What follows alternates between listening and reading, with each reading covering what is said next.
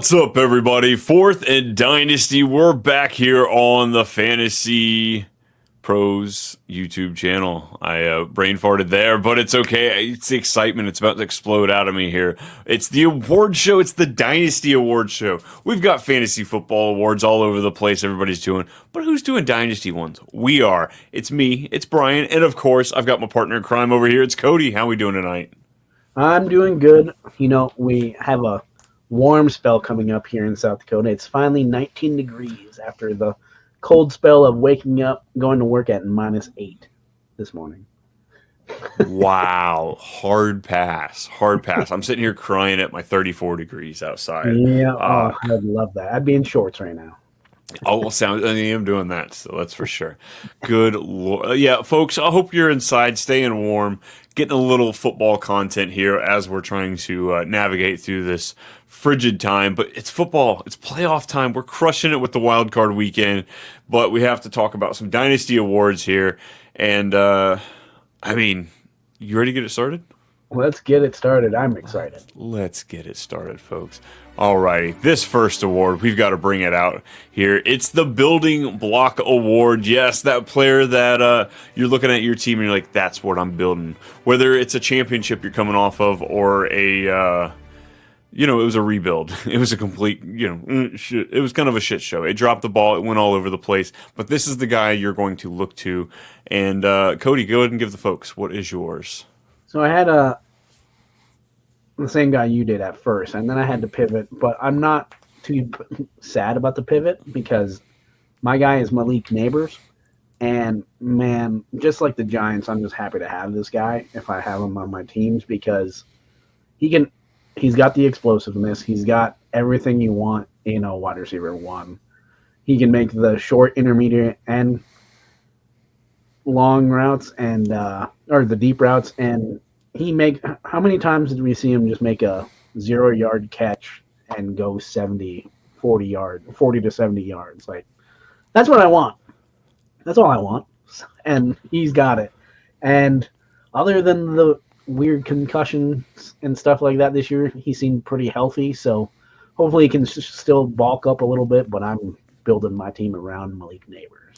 Malik Neighbors went, 6th overall to the Giants. He had 170 targets this year. 170 targets.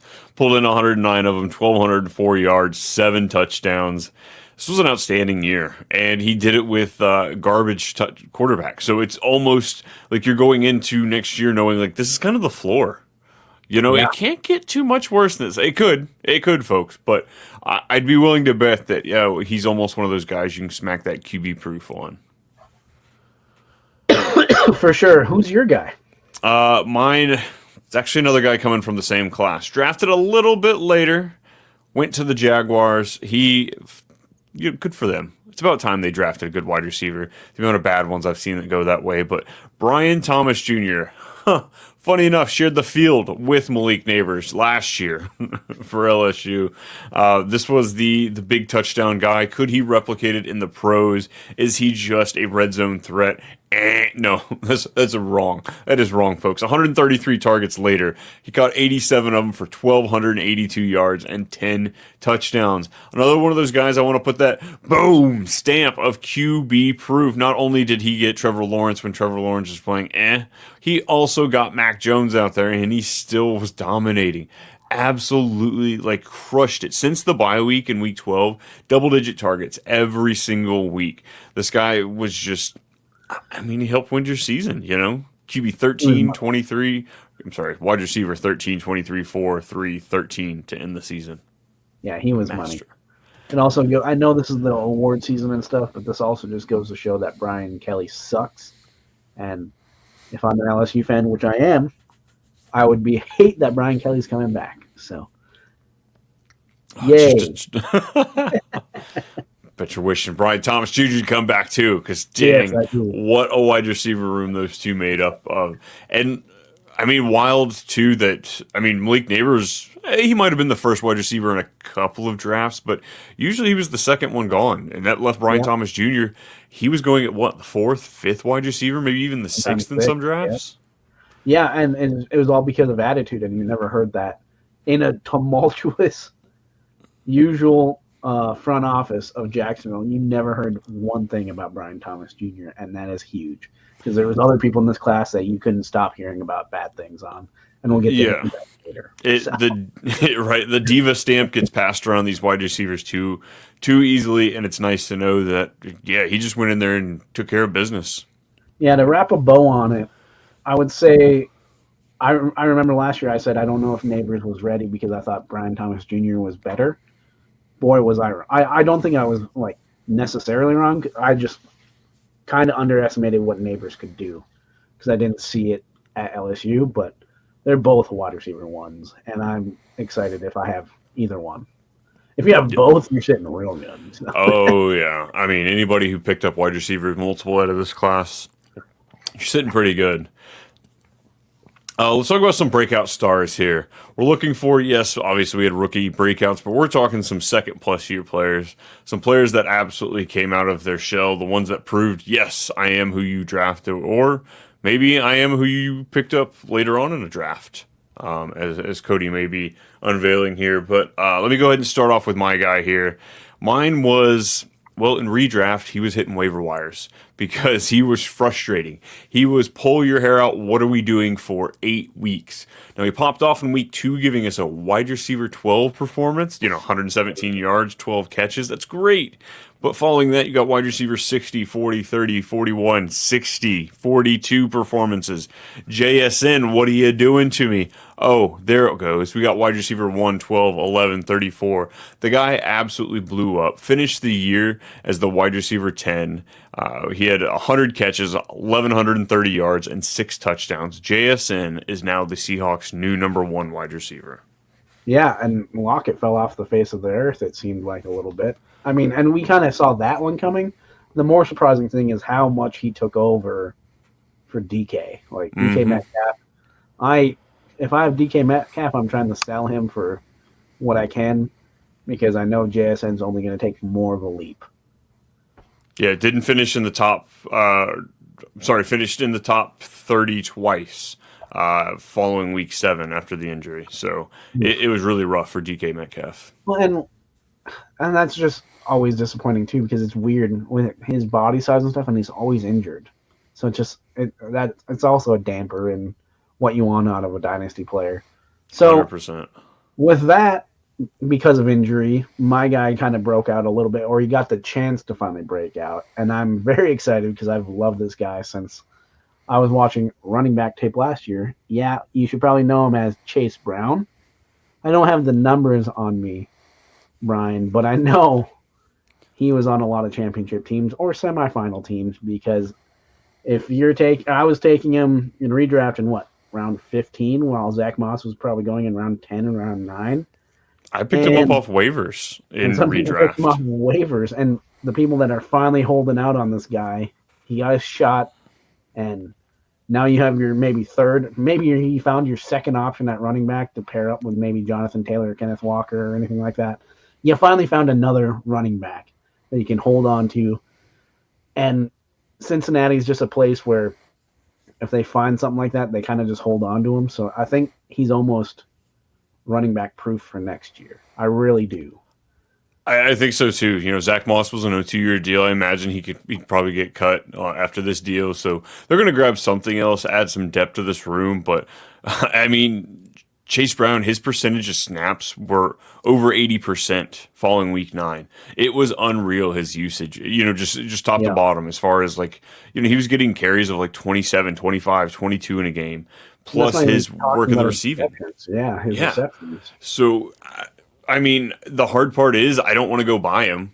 He's going into year 3. He's already 24 years old. So this guy, I don't know what his career looks like after his rookie contract, but if you have him actively, you got an awesome next 2 years in front of you. Yeah, there was a few other guys that I was thinking of at the breakout star, but again, they're mostly more rookies, so I wanted to keep it a little bit more on that side because I mean you could even argue some more on our next category, which is rookie draft steal. Whoop whoop. Want me to go first, Brian, or you want to go first? Take it.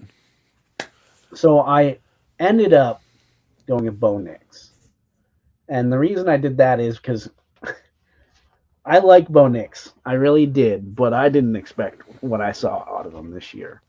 And based off some rankings, he was going 19th overall in a lot of drafts. So, and the QB4, obviously, average draft position in rookie drafts 20. In I'm getting single QB, yeah. Single QB, sorry, yes. Yeah. But still, like, if you're getting that productive of a quarterback that late in a rookie draft, I'm taking that 1,000 times out of 10. So I did have maybe even Brock Bowers because the Kyle Pitts effect. He proved that he was probably a top 5 rookie draft pick. So if you picked him then, you picked in the right area. But I saw people getting him at 11, 12, 10, 11, 12, and that's a steal for what Brock Bowers did. And he kind of seems quarterback proof. So it just seems like that 35-year-old guy or hairline on a 21-year-old body is just going to be amazing for the next few years.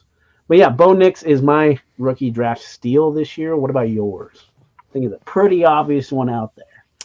Absolutely. Yeah, Bo Nix is a great one. It's one of those wild ones that if you were taking him in Superflex, it was later in the first round typically, and it was probably a surprise to you. You took him because of the quarterback value you kind of had to. All of a sudden, you got a starter that you're taking all the way through the playoffs, and then same thing with single quarterback. You might have had C.J. Stroud or Jordan Love thinking like, yeah, this is my quarterback for the next 8 years. Whereas you grab this guy in the second round who you probably started him and won you the championship with him over, Love wasn't doing it for you. CJ wasn't doing it this year. No. Crazy stuff. A guy that was helping take you to the championship, Bucky Irving. Yeah. The guy out of, was it Oregon? The guy that had a decent combine. He had some good speed there, but he was missing some intangibles. There just wasn't all there. Ha! Ha! Wow. When you're next to Rachaad White, everybody looks good. No. This guy's actually just good. He plays big. I was so impressed with Bucky Irving and heartbroken when I saw that I only picked him up in one league. Only one league. I got him in the third round. I lucked out. Every other league, I passed on him for just guys I don't even want to talk about. So Bucky Irving, a surprise grab, probably a league winner. And if you were able to pick him up or even trade for him there at some point this season, Bucky, he did you well. I think one other call out in rookie draft steal is I was grabbing this guy at the end of the fourth in a lot of places because I just wanted to see what was going to happen, and that's Tyrone Tracy. Yeah, 100%. He was another guy that we had to really shout out because, like Bucky, he was just kind of his intangibles seemed a little off at the combine, and it seemed to drop his value a little bit. But man. A 6th-round pick. Yeah. Nobody wants that. But when you have a Singletary in front of you? Yeah. Exactly. Yeah, I had several leagues that, we've only got 3 rounds in the rookie draft. I was able to pick up Tyrone Tracy in a couple of them just off the waivers because, he went undrafted. Great pick. All right, we got some aging wonders here. Some guys that, Dynasty people don't own them. You don't want to own them. They're old. The value's gone. But you know what? Sometimes you got to own a few of the geriatrics. You got to throw them on your team. You know why? Because they score some points, just like Derrick Henry did. Just like Derrick Henry did this year. Oh my goodness, we knew it was going to be great. Did he? I think it was like week 7. He crushed his over for his Vegas touchdowns on the season. Absolutely, really? I blew it out of the water. I think it was just 10.5. 16 rushing touchdowns. He had 2 more in the receiving game. Derrick Henry was just a beast among beasts. 1,900 yards. It's a second highest of his career. And the fact that Lamar Jackson even threw for 4,002 on top of that, just, man, what a great season by Derrick Henry. Absolutely amazing season. Oh man, the guy that I picked for aging wonder is kind of I picked Alvin Kamara, and the reason I did is because he's just so consistent, and I thought I was going to see more of a drop off than what I did. Now you're always going to get a few games where he's not in the lineup, but man, the backs behind him. I mean, the old coach who isn't the coach anymore was like, Kendre Miller, I don't like that guy. Get him off my team. And then the interim just didn't want to play him either because he wasn't in shape. So just like all the hype for Kendre Miller wasn't justified. Jamal Williams was a shell of himself. Apparently, he's only good in Detroit. And it was just, they're going to take another one, and we're going to fall for it again this year, I think, because I think Kamara is just there to stay again for probably 2 more years, I would say. His contract, they extended him. It's gross. They can't get out from underneath it. He's probably going to be, barring injury, he'll be the starter next year. Yeah, for sure. And when they have a younger quarterback or a vet that's coming over, you want stability back there, and that's what Kamara is going to be. What would you be willing to buy Kamara for? You're a contender. You just need a little bit more running back to push you over the edge. What would you be willing to go out there and spend for Kamara? Was I a contender this year as well? Yeah. You're ready to push it back. You got just enough to go back again. If I have the 110 or 111, 112, I'm giving that up. Oh, he's so old. Just but my buy window and my championship window is only maybe 1 or 2 more years. I need every part that I need that I can get, so I have no holes. Got to do it. Oh, and man. With a lot of leagues now going to 2 running back, 2 wide receiver, and 2 flex or 3 flex, who are you going to find in a flex spot better than Kamara? Yeah, if you're able to flex Kamara, you're doing pretty good. Exactly. So if I'm a contender and I can just flex him, I'm giving up that first.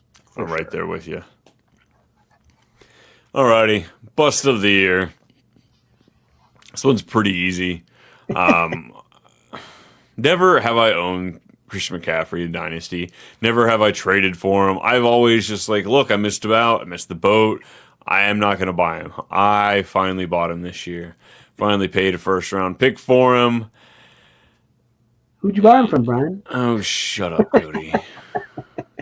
Who'd you take? Didn't you take Brock Bowers with that pick too? I think so, yeah. Yeah, I think so too. Old team. I've got Travis Kelce. You know what I should have done? Grab Brock Bowers to fill that age gap. Because you know what? I already had Jordan Mason. I didn't need Christian McCaffrey. Didn't even use him this year. Stupid. Bust of the year, Christian McCaffrey. There's mine. It was a pretty easy one there, and I have another one, but I'm going to pivot off the one. I had Marvin Harrison Jr. in this just because of the hype of what he was, and just fell a little flat. But I'm going to switch because there was a bigger bust this year, especially for Superflex, and that's C.J. Stroud. Mm-hmm. I thought this guy was the next best thing. That's what everyone was telling me. And, man, did he struggle just all year. And it wasn't even when the injuries started happening for his wife. He was struggling before that, too. I don't know what that sophomore slump was, but based off of the end of the year, I was very happy to see what I saw from Bryce Young after his benching than C.J. Stroud. I'm just going to be honest. Right, Houston sitting there wishing they would have been able to draft Bryce Young, huh?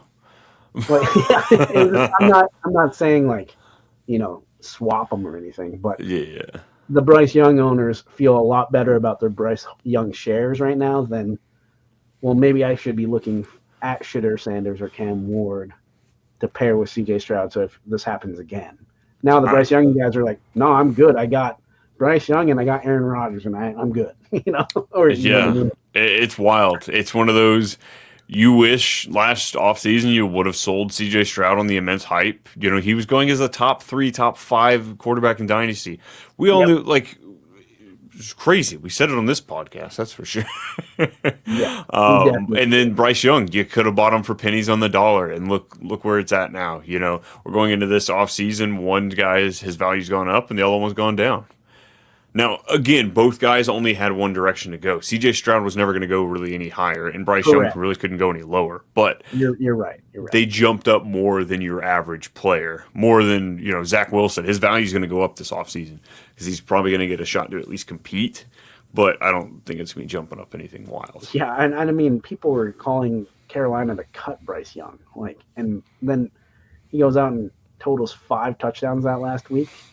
Dude, he killed it. He carried me to some championships in Superflex. Yeah, so I was really excited about that. So technically, you could probably call him what the next category is called. That's a cheat code. He was for Week 18 anyways.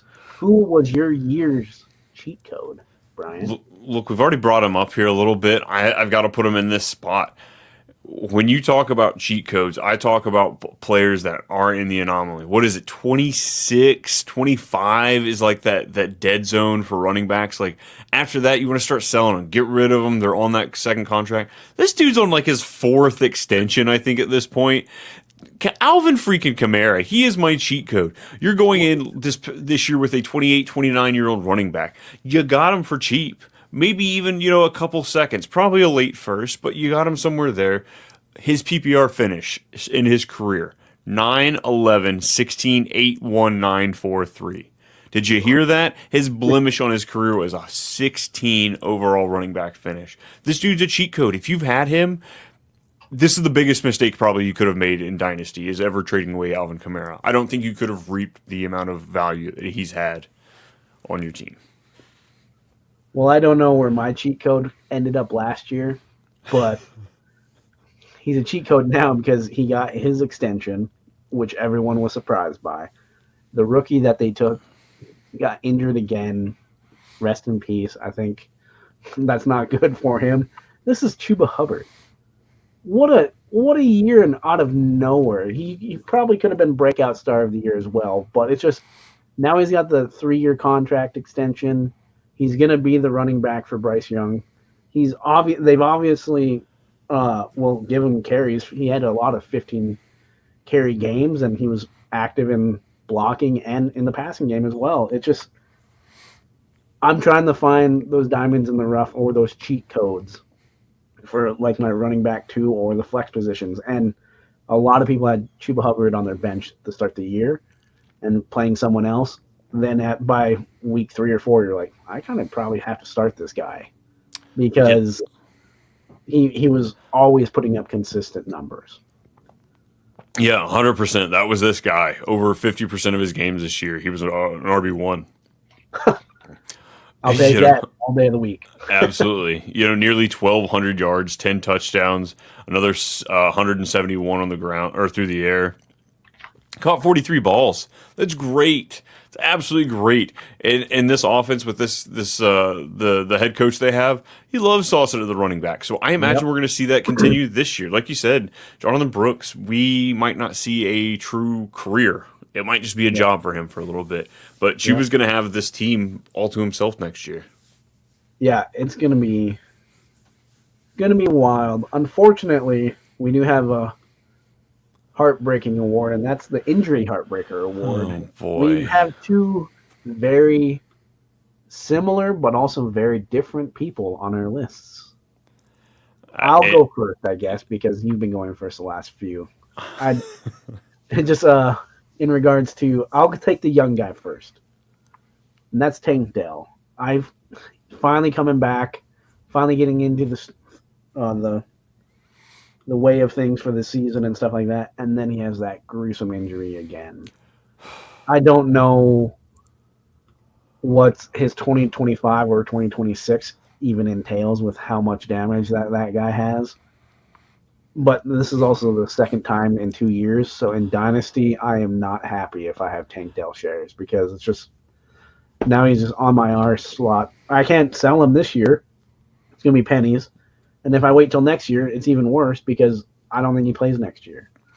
It happens on week 16. The only week that he has a number 1 or a top 12 finish is in this week. He finishes 10 on the week. But yeah, it's a devastating injury. Week 16, we probably don't see him. He's probably not fantasy relevant at all next year, which will be his year 3. So it means he goes into 2026, his contract year. They've already replaced him. The Texans are going to grab another. I mean, they've got Deontay Johnson right now. Maybe they sign him to an extension, but they're going to have to get some sort of vet in there. Maybe a Chris Godwin, something like that, somebody else. And then they probably draft as well. So Tank Dell's future, it was fun where you got him. What was he, 2nd, 3rd round pick last year? Yep. Hopefully you sold on him because I think his dynasty value might be slim to nothing for a while. Unfortunately, I agree with you. It's heartbreaking. Another one.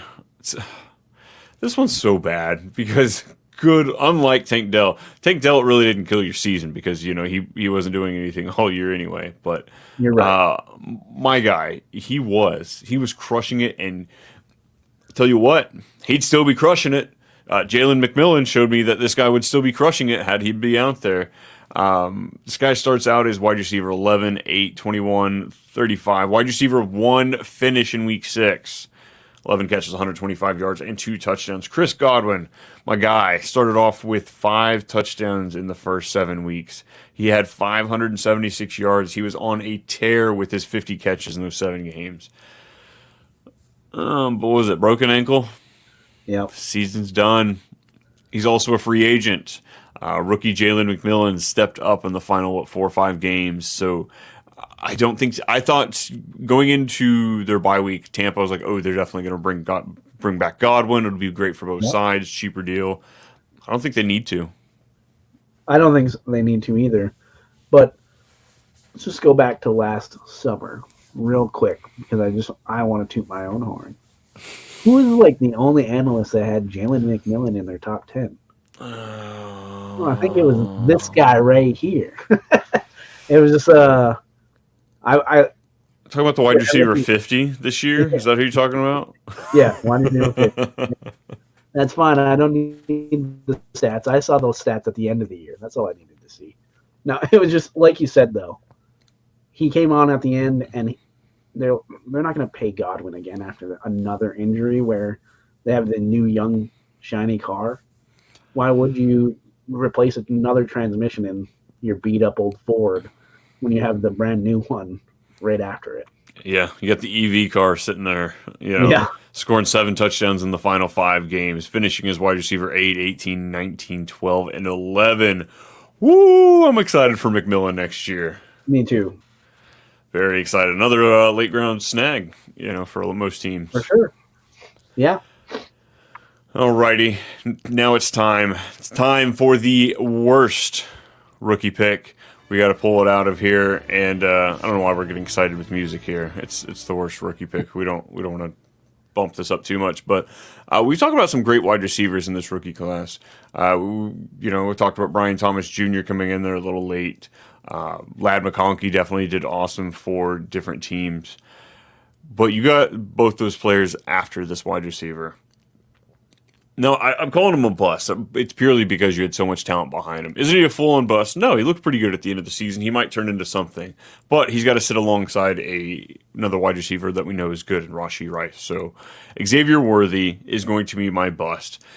Again, it's not entirely on him. It's just the value that fell behind him. The Brian Thomas Jr.'s, the Jaden Daniels, possibly, if you're single quarterback, the Lad McConkeys, you kind of talked about the Bo Nix situation there, the Drake May.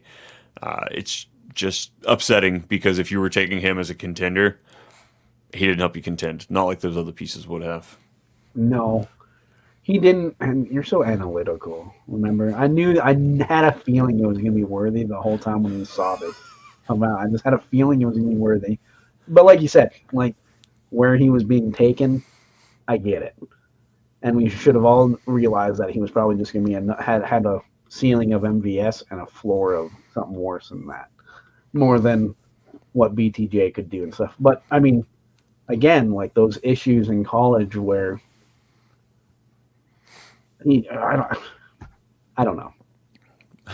I really don't. Like, he was good, and worst rookie pick, kind of a stretch with some of the other people that were there, but I'm all right with it. As far as your first rounder, second round picks, and after that, you can essentially burn them. They're all lottery tickets. All right, you know what? That's fair. I'll give you that one. Speaking of second rounders and stuff like that, I think this is the range where there was a lot of mishap happening, and I couldn't decide between these two, so I'm just going to give you both because this was the Brian Thomas Jr. range, and even guys like Lad McConkey and Ricky Pearsall, which I would take all over these guys, obviously. And the running back 2 of the class, people were saying Blake Corum and another wide receiver bust, A.D. Mitchell. Where were they? They were supposed to be key parts of their offenses, and I think both of them, if I looked at it correctly, they both had only one game above 20% snap share. It was a tough season for those two, especially when you could have gotten I know he didn't have the most productive year. Xavier Leggett didn't, but at least he was playing. So he was getting meaningful snaps. I mean, he was the jokester of the year, obviously, with his accent and his raccoon meat. But just, Yeah, you know what I'm saying. You know what I mean? but I would take Xavier Leggett over A.D. Mitchell or Blake Corum 10 times out of 10 right now. And obviously, if we needed to do a redraft of last year's rookie draft, you're taking Bucky Irving and Tyrone Tracy and everyone. There's a lot of people below them that I'm taking before them. And that's I get that. I mean, honestly, Anthony Richardson shows enough. I mean, A.D. Mitchell, there were still signs of brilliance, I thought, out there in some of his metrics, but it really doesn't matter when Anthony Richardson's his quarterback. That's also true. Yeah, I'm not touching anyone in that wide receiver room. Really, anyone on the Colts at the moment. So yeah, it's bad. It's bad, folks. It's bad. It's so bad. I just want to get out of here. I don't want to talk about it anymore. I'm done. That was a great award show, and we just ended it on a Debbie Downer. Yep. We probably should have rearranged that instead of the worst rookie pick being there at the end. Folks, that is going to wrap it up for us here. Fourth and Dynasty, the Dynasty Awards show for the 2024 season. Come back at us. We're going to be coming with, it's rookie stuff all at the wazoo. We got Cody diving deep for the quarterbacks, the wide receivers, the running backs, and of course those tight ends. We're going to come at you with plenty of content. We can get some surprises in store. That's for sure. For sure. Yeah. The first question is, what would you like to see first? Which position group? We've been talking about this running back class for a while. This past one was a letdown. I think it's the running backs. I'm super excited to find out. Is Genty really the guy? Is this the one we're excited for? Well, the 101. There's a lot of guys that I really like in this class. Obviously, Genty's one of them. But you'll have to see. We'll have to see, folks. For us here on Fourth and Dynasty, it's at @too_much_Brian on Twitter, @too_much_Brian everywhere else. Cody, where can the people find you? At Cody Folden on Twitter or X, and all the other socials are at Folden as well. And you can find all the written stuff and this podcast at dynastyprosff.com. We'll see y'all later.